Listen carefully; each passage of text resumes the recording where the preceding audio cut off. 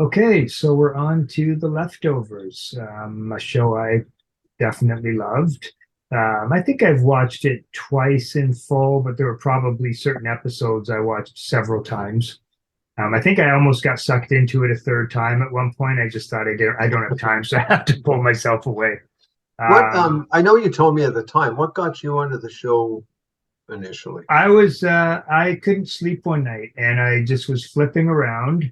I think it must have been playing on, was it an HBO show? We did have HBO, so maybe it was was it yeah, it was HBO. Of course it was What's HBO. that? Okay. And I was flipping around. I remember it was late on a Sunday night, and I even remember the episode, which is strange because the show ended up being so different. But it's the episode in season one. I think it might be the penultimate episode or something. But it's the one where they actually the one episode where they do go back and show you what happened on the day of. Oh, well, we're going to talk about that episode because Yeah, it's one of and and it, that is one of my favorite episodes of all. and honestly, like I even like I sort of joined it like in progress, and I don't know, there was just something about it. Immediately, I thought this just something about this looks like a show I would really like. I remember it was a scene with Kevin and what was his wife who ended up going to the group, the Was wife, it Jill? Jill? no, I can't remember. Lori? Lori? Lori, I think it was Lori. Lori. Yeah. And there was just something kind of like dark but really compelling about it. I thought, oh, this show looks. And I swear I did not know a thing about it. I don't think I'd heard of it. And I think the next day I thought I'm going to look into this. And yeah, I liked it That's from the such a start. weird that's such a weird entry point though, because you're Yeah, watching this, you don't have any context. no, This is just exactly, like none. this is life before the major thing that happens. Yeah, no, it was Wow. bizarre, and there was just something compelling in like just their faces and just the way it looked, and it had this really kind of like undertow of something sinister about it, but it wasn't over. I mean, that's the one that's I think I've told you this before. I mean, I think at the time my favorite season was season two, but when I went back the second time, it did like season one was the best, season two was second best, and season three was third best I for would me. agree But with that. the one thing I really sort of liked most about season one, and I do think it got away from this a little bit, and I've said this about other shows, like you can make a movie or a show that is based around like an absolutely fantastical event or something, and it might be unrealistic or otherworldly or whatever, but you have to be really good, in my opinion. You have to keep the show and the characters really grounded in reality. Like there's nothing crazy. Like it's crazy in the sense that COVID was crazy or something like that, Yeah. but it's just so realistic, and I could see myself like just responding and feeling the way they did. By season two, they start to go a little more into, I don't know if it's the supernatural stuff, but they do start to do a bit more of the kind of weirdness. And then in season three, they go quite deep into Season it. But I three. love the way Yeah. season one just held. It was very grounded in the here and Yeah. now, and and it makes the event itself, which was a mystery, it kind of makes it more phenomenal in a way because it seems so like out of like what's the word, like opposite from like what the reality is. Like how could this thing happen, yet these people are Yeah. leading trying to lead these normal lives? So No, I think you're right. Season one is the one that you can most relate to, and then it does get stranger. And by season three, I had trouble. I remember making yeah, sense there's of some so much of episodes. season three. Didn't make sense Yeah, to me. yeah, there's some episodes where it just goes off the rails. Yeah, And but a great well, show overall for sure. I oh loved it. yeah. And in terms of music, I was thinking that it's sort of two things are true at once. I don't think music is as important in terms of songs throughout, and yet music was very important in the opening credits. What did they do first season? Did they just have I different forget. songs? I could, and now second I think season, it was just an instrumental theme song, but for was some that? reason I think so. I thought in They season did. one it was Yes, they just, came in with that weird, really weird. You're right. it was like more Uh, spacey or something, I think. yes, and then season two, they have the Iris Dement song Iris they Dement, yeah. actually adopted, which spoke to, well, obviously was written for the show because spoke No, actually, it show. wasn't. It wasn't? No, it's on. And What the was reason a because memorable line? it's on an album by her that came out like many Okay. years before that. I think, in fact, I think it's a Chris Scout A plus album actually, Oh, My Life. Yeah, I have. and it's that's at least several years before the show. So And what's the comment it makes on the show? Something about the mystery, respect, yeah, or let the let the mystery mystery be. be, or Yeah. something like that. And then the third season, they got really weird. They kept changing the theme song Did every they? So episode. yeah. So you have to remind me. Did they like? So was it completely different, or was it the same like I can't variations remember. on a theme or something? I'll Yeah, have to watch that again. I can't remember.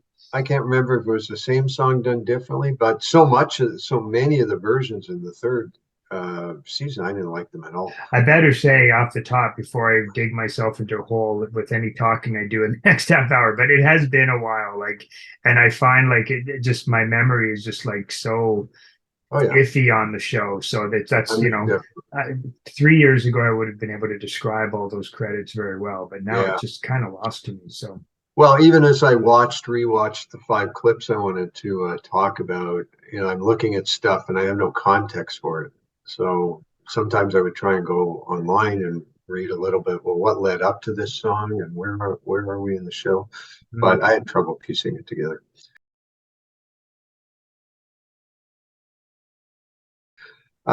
So listen, same thing, Scott. I put them in order. Just let me get my list here. And for me, it's no, sorry. The first piece of music that really interested me, I know we both loved it, was season one, episode 3. It's the episode where, and I'm going to have the same trouble as you remembering people's names. What is the minister, is it Carolyn? Matt? Is it Matt? Yeah. And what's their name again? I can't even remember. But anyway, Matt, who is a pastor, This is going reverend, to be a funny whatever. episode. This will be a great episode. As we'll be spending most of our time groping for Yeah. names. That guy. Anyway, he's a church person and Right. he's having trouble. Nobody's coming to his church anymore. I don't think it's the same episode. I think it's a different one. You like the one where they used the Bellamy brothers, and we got a glimpse of his relationship with his wife, who That's is season now, two, that one. yeah, okay. And she is in a wheelchair. She's paralyzed. Mhm. In this particular episode, really the thrust of it is that he's having trouble getting by financially. He's in danger of losing his church to the bank. And I can't remember how, but he comes up with this idea that he's going to go to a casino and win enough money that he can, pacify the creditors. And I'm fast forwarding through it, trying to get to the song. He ends up going to the casino twice. I can't remember what happens the first time. Maybe he just sort of scouts it out. And then we get more. He goes back and we get more of the episode. Then he goes back and it's a long scene, very tense. I'm watching it fast forward. You keep cutting to Matt. He's looking at people and bets are being made. He wins a ton of money. Mm. Some astronomical amount. I can't remember even what he's. I think he's on the roulette wheel, and he keeps betting more, and he wins all the money he needs plus more. And he goes out to his car, and there's a knock on the window, and it's some guy that he had spoken to in the casino, and the guy pretends to he wants to talk to him for some reason. He tries to rob him of all the money. That's the whole point why he's knocking on the window, and he does get all the money, but Matt, who has been, this really kind of, he's a religious guy, very docile, and he can be annoying at times even. He's got a strange, there were a lot of scenes in this episode with him and his sister, Carolyn. I always Mhm. mix her up with the English writer, Yeah, which Carrie Coon, Carrie Coon. I always want to call her Carolyn Coon. Carolyn Coon. Yeah. And I can't, what's her name in the series? Do you remember? Nora. Kevin, Nora. Nora, Kevin Yeah. Garvey and Nora. So a lot of scenes of Matt talking with Nora. Anyway, get back to the scene. He's down on the ground, he gets up and he pummels the guy that's taking his money. Just beats the living hell out of him. I don't think he kills him, but he really does a number on him. And he's a minister. This guy's a criminal, and yet Matt gets the better of him. And some woman rushes to help the guy. And then we get Matt in his car. He's reclaimed his money, and he screams. He gives this wild scream, like he's a buttoned up character, always playing and keep, talking to his congregation. We have never seen this side of him. He lets out this primal scream, primal scream, and what do you cut to? You cut to Captain Tennille. Love will keep us together. And it's just an incredible moment. It makes no sense. Like suddenly this show where music really hasn't done anything yet. We're only 3 episodes into it. Yeah. Here's Captain Tennille, and we're back at his place, and he wants to hide the money, bury the money. And that's the gist of it. And you get about a minute or two. You get, a pretty generous portion of Love Will Keep Us Together. And is it mostly in the car in the car itself? Most of it is as he's driving home, Yeah. and then he gets out and you see him with a shovel, and I think it's cut kind of fast. Yeah. And I love that song. And I'm trying to think why that song. Is it just the shock of hearing that? It does. It really does refer, I think, to Matt and his wife. He's doing all this really to keep his church, but also he's got this grand plan that his wife is going to come out of her paralysis, and it all ties in with that. He's the ultimate and a devoted husband, right? Yeah, exactly. So that's a great moment, and I think that is the one that I ultimately. Yeah, that is the one you put in the book. Yeah. Yeah. Now, the next one I had is, oddly enough, the first episode you watched. So this would have been the very first thing you saw, and it would have meant anything to you at the time. Kevin Garvey running along, doing his morning jogging. And I should have checked what ended episode 8, because, the first time I watched the show, I'm binge watching it. I had the videos. I think I noticed my first 2 seasons are actual proper DVDs. I think I got a sale, actually. It was a Boxing Day sale. I got season 1 and 2 very cheap together. My 3rd season is a bootleg from the flea market in Mississauga. Anyway, I should have checked episode 8, because when I watched them back to back, it was a great contrast. I think episode 8 probably ended with something really spooky or sinister with Ann Dowd. And that's really one of the things. Ann Dowd is what makes season 1 for me. She's lost after that. She's killed off, I think, at the end of season 1.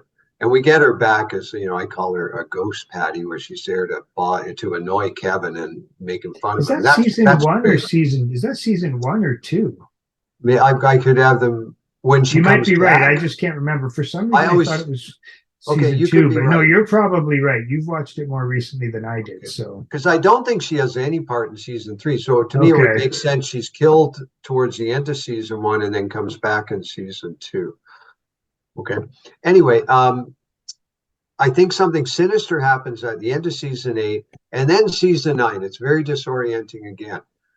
Kevin's jogging along, and this is diegetic music, because we find out he's listening to it over the headphones. Right. What a strange thing to listen to. It's Jody Reynolds, who's known for one song, great song, Endless Sleep, that was the Cramps covered it, I think, and it's one of these really spooky early 60s death songs. Yeah. Marcus had it in the back of Stranded. Yeah. And it's a totally different song by Jody Reynolds. It's called The Girl from King Marie, and it's very kind of Trini Lopez, folky almost, like really upbeat, catchy. Upbeat, right? Now. Yeah. And then it sets up this whole episode, which is, as you've already talked about, Scott, is life the day before, the day of even. Right up until 2% of the world disappears. That's how the whole show started, with that great scene with the mom and her baby. And then she goes, and the baby's gone. And, yeah. And did you know the song before? No, I'd never heard the song. All I knew about Jody Reynolds was Endless Sleep. Yeah. And I was thinking about this episode last week, this very episode, because I just love everything in the episode, because we know where everything fits together, and we're seeing life before, and we're seeing, for one thing, Kevin's wife. Of course, we know her as this silent person that stands outside. What are they called again? Those oh God, not the Promise Keepers. They're real people.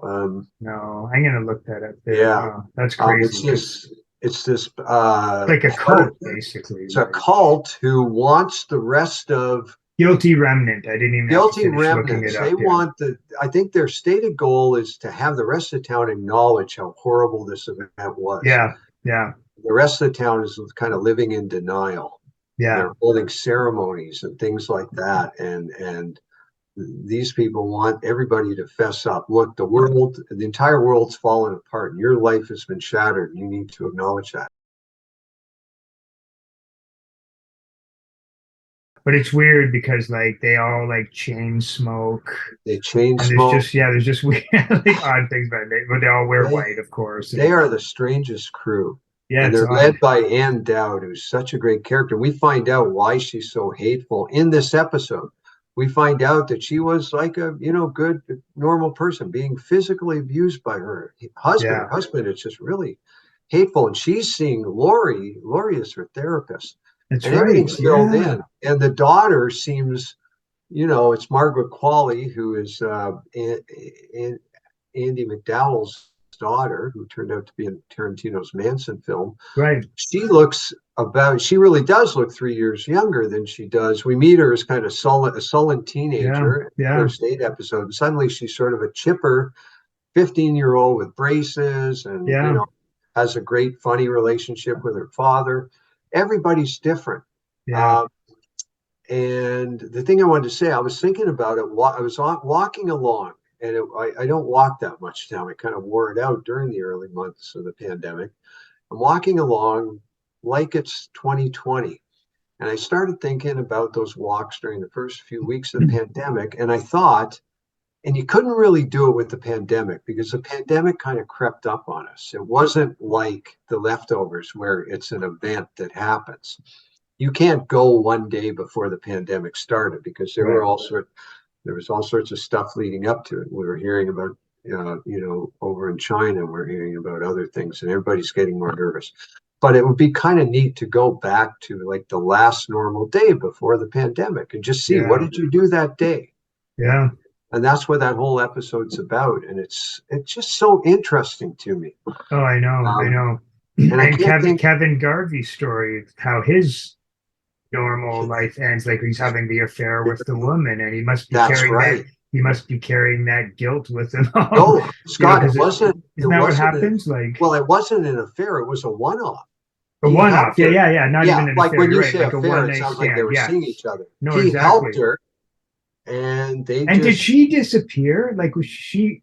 Yeah, I think yes. that's the Well, they really were odd having thing. She's sex, I one of the believe. ones who disappears, right? Either So not while they were having sex, but just after. Like she goes to, put her stuff on or something. I can't remember, but she's one of the ones that disappeared. And I think the episode might end, or it's maybe the most haunting moment from that. Remember, Lori was pregnant yeah, oh yeah. and No, she that's went a to have an ultrasound, unbelievable scene. and the Yeah, event happens, and she hears all this commotion outside the doctor's office, and she looks over at that ultrasound screen, and it's empty. There's nothing. unbelievable.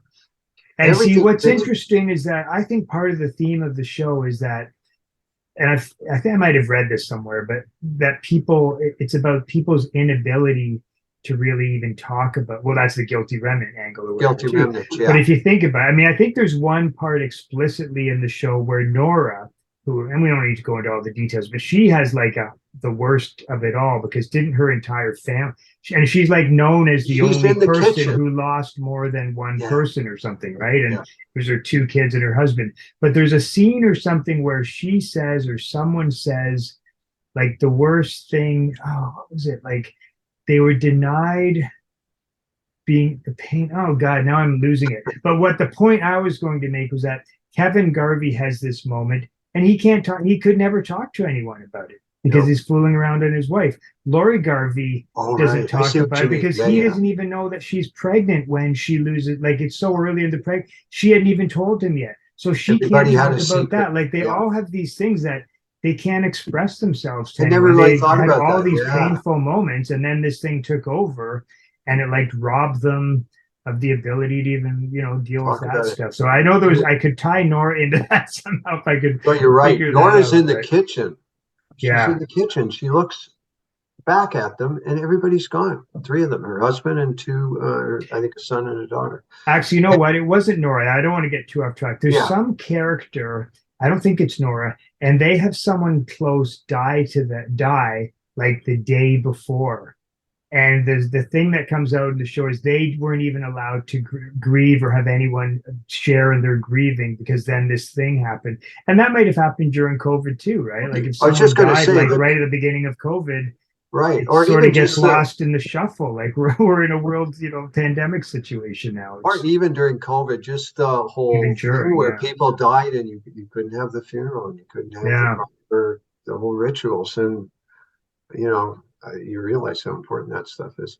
And Anyway, I was going to say, big digression from me. So no, go that's back. okay because I could talk about that episode. This is one of my favorite It is episodes a of great television episode. ever. Do you Yeah. remember that Tommy and what's the daughter's name again? I Yeah, I can't. remember the scene where they're in the They're at school school and they're project doing or some something, weird. right? Or It's a science thing. That's what it science is. thing. Yeah.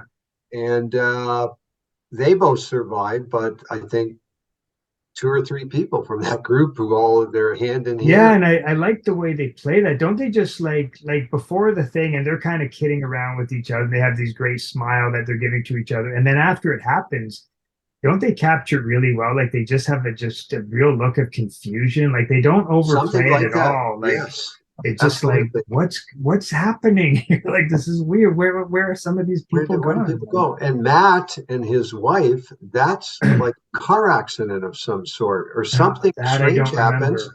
Well, something puts her in makes her paralyzed. I think it's they lost control of the car. There's some explanation, but Wow. it related to what happened, but at the same time, it was kind of off to the side. Yeah, Um, yeah. and the Jody Reynolds song just starts this episode, and it's just jarring because again, whatever happened in episode 8, I don't know if you remember Kevin, as he jogs, he was always hiding cigarettes. Right, And right. Yeah. you see him find one of his hiding places. Mhm. So that was the next memorable use of music. And the third thing, and we both love this, we've talked about it, is Rihanna's Stay. We're into season 2 now, Yeah. which is very strange in relationship to season 1. I think it takes you a couple of episodes to get your bearings. Like it doesn't make any sense. If I can't remember how season 1 ends, Season but one, I think, basically ends with the riot of the guilty rem. They have it's for the day they're planning, like the oh, 1 year okay. commemoration or whatever, and then the Yeah. guilty remnant have the riot, and there's violence and oh yeah, and I think doesn't the whole town sort of go up in flames and stuff? Like it gets quite violent at the end, but I don't remember the Okay. particulars other than that. But Would the character you were trying to remember who couldn't properly, would it be Meg? Meg and her husband? I have a feeling. maybe there's someone like that because I I think it remember they was, I'm even pretty had a sure line Meg had a about it. weird Like, story. yeah, it's like I wasn't even allowed to Yes, commiserate or something I in think it's someone's her. death. So it might have been Yeah, her. Yeah. we haven't mentioned her. She's an amazing character. And what's the character's name again? Can you remember? Meg, right? It is Meg because it's Liv It's Tyler, yeah, right? Yeah. it's Liv Tyler, and she's just Yeah. one of the strangest. She joins the guilty remnants, but God, she's all over the place Oh in yeah, this she's in interesting as leftovers. hell and Um, she's really so good. in season 2, we relocated to the town of Miracle, which is the one place on Earth that supposedly was spared Yeah. this cataclysmic event, and to kind of and there's a whole bunch of stuff happening. They become a tourist. They're a tourist site. They're a place, a town of about 1,000 people, where people are trying desperately to get into this town because they think it protects them. Mhm. And the Garveys, not Matt, Kevin is now involved with Nora. They start up a relationship probably in season 1, and they end up arriving. They bought a house in Miracle, and they befriend the family next door, who's a really interesting family. They have a daughter, one of the great characters, Evie, and Mhm. they have a son who's very religious, and they have a father who's kind of bitter, but he's got a past and a mom, and they're just really interesting. And the Rihanna song comes up when Evie and her two friends disappear. Yeah. They have a town meeting of some sort. I think it was just to kind of raise money or show a video of the three, and also show a video of the three girls. Mhm. And all the rituals that are important to this town go on at this meeting. There's the woman who, the day of the departure, she was supposed to get married and she wears her wedding dress every day. And Yeah. there's the guy who slices the throats of goats. Yeah. He shows up. And they play this video of the three girls and Stay plays. And it's really just a perfect song.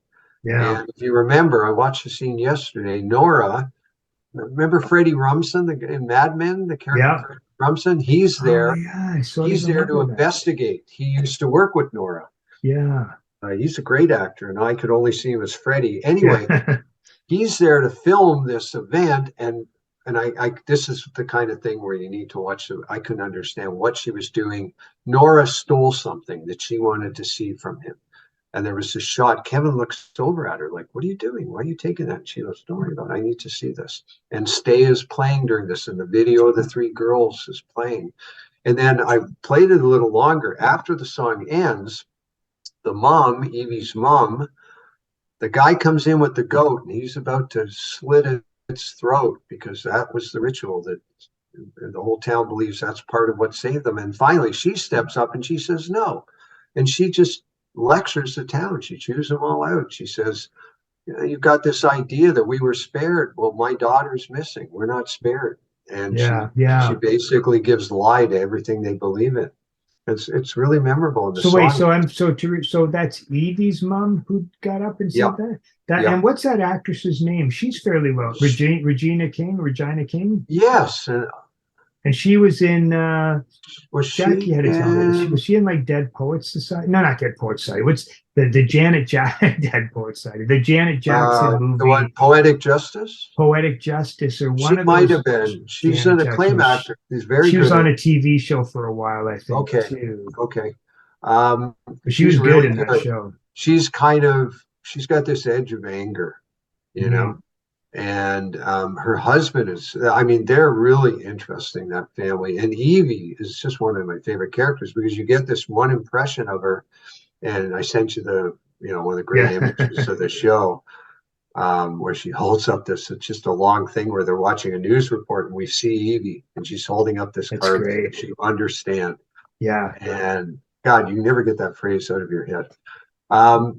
So the Rihanna song plays. And the next thing is just a crucial scene. It's the end of season 2, episode 10. And Kevin has been shot by the neighbor, the father, right? If I'm not mistaken. that I can't remember. Yeah, I think so. I don't remember why, but I I think it's don't know. actually the neighbor that shoots him. Okay. Or maybe it's the neighbor who saves him. I don't, this is the kind of stuff that you got to go back and watch the whole series. But he Yeah. is shot. He has been shot badly. And he has the weirdest kind of near death fantasy. It doesn't take up the whole episode. And I don't know how well you remember. I think it keeps cutting between his dream, like it's not his dream, it's what his thoughts as he's dying, Right. and what's really happening, maybe. And is And this the in thing where this, he's in the hotel and stuff too, or am I confusing yes, that with? Okay. yes, Okay. I think it's the same episode.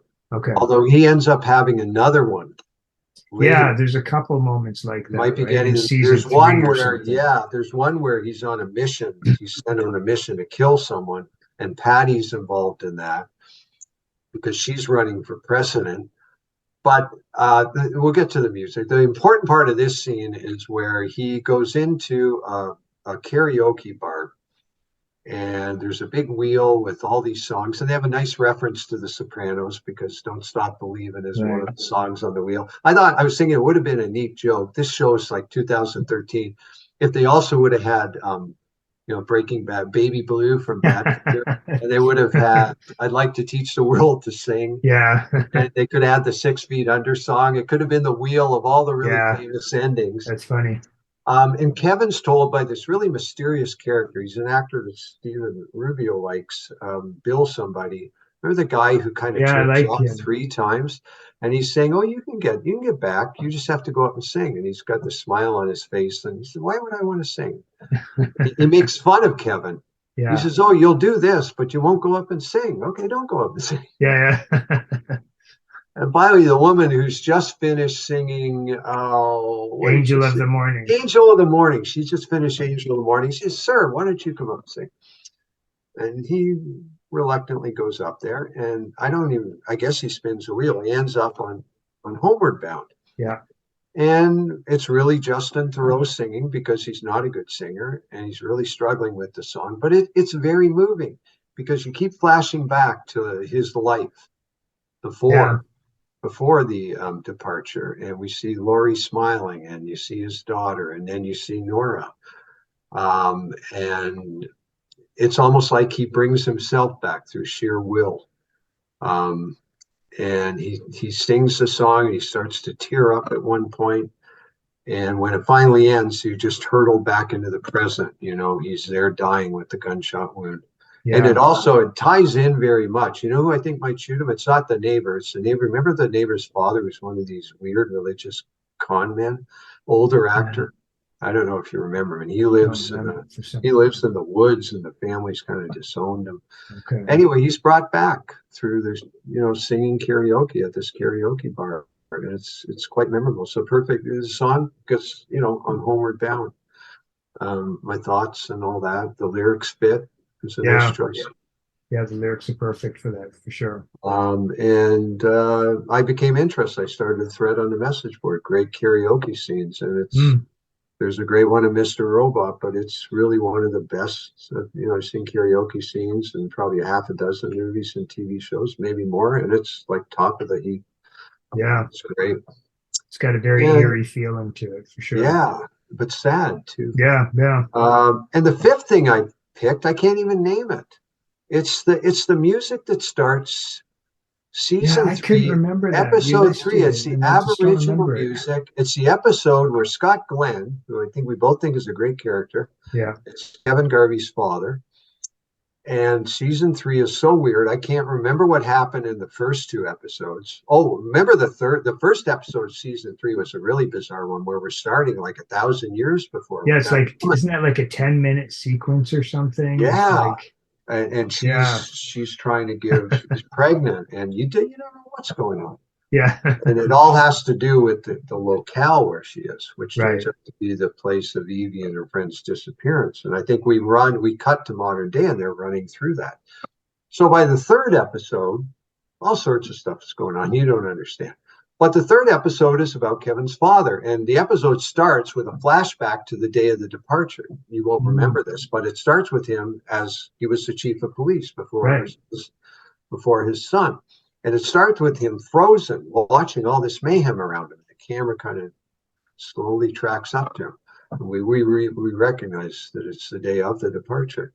And then suddenly you cut to him driving along, playing this recording of Kevin when he was a kid that became very important to him throughout the show at different points. And then we cut to him in Australia, the Outback, or wherever he is, New Zealand. I don't even know where they are. Yeah. And he's watching this group of Aboriginals, I don't know, Aboriginal tribe, and they're playing this amazing Aboriginal music that is just so sinister. And I actually tracked down the recording, and I think at one point I did have the name of it, but I couldn't locate it tonight. And he's watching them, and he's taping, and you know why he's taping. And then the song ends, and you cut to him on his own in the middle of nowhere, and he's painting himself. And he's got his recording with him, and he starts the recording and he starts singing along with it. And it's just so strange. And there's some beautiful photography of him with, fire. It's night. And he's trying to sing this song or sing along with it. And then it's got a funny thing. Two cops show up. And, he's even back in the original town. He's in the institution, right? They're always Yeah. worried Yeah. about Exactly. escaping. Two cops show up. And they say, "What are you doing?" He's in full dress and he's playing this, weird, bizarre music. And he says, "Oh, I'm trying to stop the apocalypse. What are you doing?" Scott Glenn's really good for the show. Yeah. I can hear his She, voice saying that. Yeah. I Like, what know. are you doing? Yeah. What do you do? You never know if he's crazy or not. I don't think that's ever really fully Yeah. resolved. He's constantly making fun of himself, but he's making fun of people around him. But I think by the end of the show, I don't think he ever dies. I think he's sort of a beacon of sanity by the end of the show, if I remember correctly. Yeah. And that's my other piece of memorable music. Can you think of any other pop songs that were through the leftovers that were of any Oh, there's a prop? whole bunch. I mean, the The Bellamy Brothers. I know you like there's that that one. episode more There's than I did, I think. there's the Patty doing the Rick Astley, Oh, of course. singing the Of words to course. the Rick Astley, so like Of miming course. the words or whatever. That was great. And that became a running joke because at one point she's taunting Kevin. Never gonna give you Well, and up. it tied into the whole Rick roll phenomenon too, right? I can't remember what came Right. first, but I loved um, that character so much when she was sinister, but especially when she was there kind of for comic relief. There was the one, I got to mention it, where Kevin, of course, Kevin was just completely a wreck by this point because she kept showing up. And he was like screaming, "Go away, go away." And at one point she says, "Okay, look, here's how you can solve all your problems." And she gives him this complicated scenario that he takes seriously. And then at the end of it, she gives him like 8 instructions. You have to go to Washington. And at the end, she just busts out laughing. It was just a complete put on. I know it's great. Oh, I love this so much. Another song I liked, I know you did, I don't think you cared for it. I know you don't care for the song, but I liked it in the show was, I think it must be season 2 because it's a Meg song. Olivia Newton-John Magic.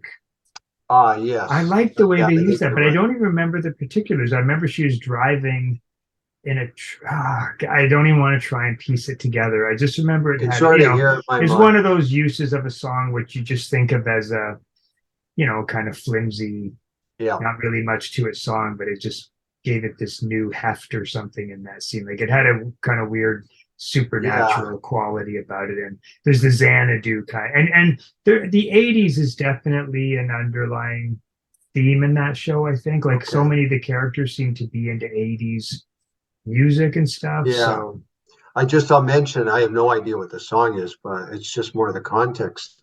If you remember the episode where Nora, we find out about her strange sex life, and it's uh playing some like, really Slayer, it's fast. Slayer, Is it Slayer, Slayer? Okay, I was going to Angel of just say, Death. just really wild thrash metal.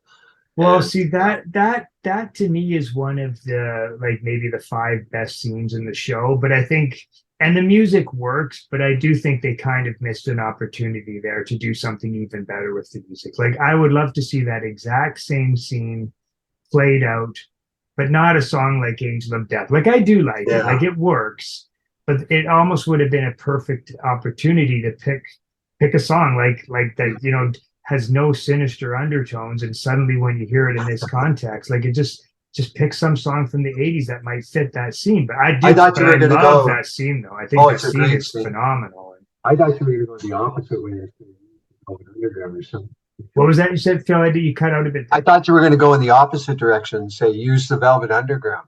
Yeah. Well, even there might be something there that's even a little more Yeah. lyrical or something than No, but I that get it. I mean, the Angel of yeah, Death, it did work, but it I thought worked, but I would rather if have the this better was songs. Scorsese, it would have been a doo-wop song or something like that. Yeah. Well, Johnny Ace or they something. did, and they used Robert and John. He used Robert and Johnny's "We Belong Together" for two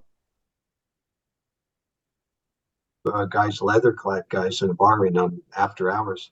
Listen, I just point out, Scott, we're probably down to our last 20 seconds. Okay. Yeah. So that's But great. Thought we that was got you good. got a Yeah. lot No, there. thank you. Okay. It'd be funny Okay. for someone who's not watched the show trying to piece this.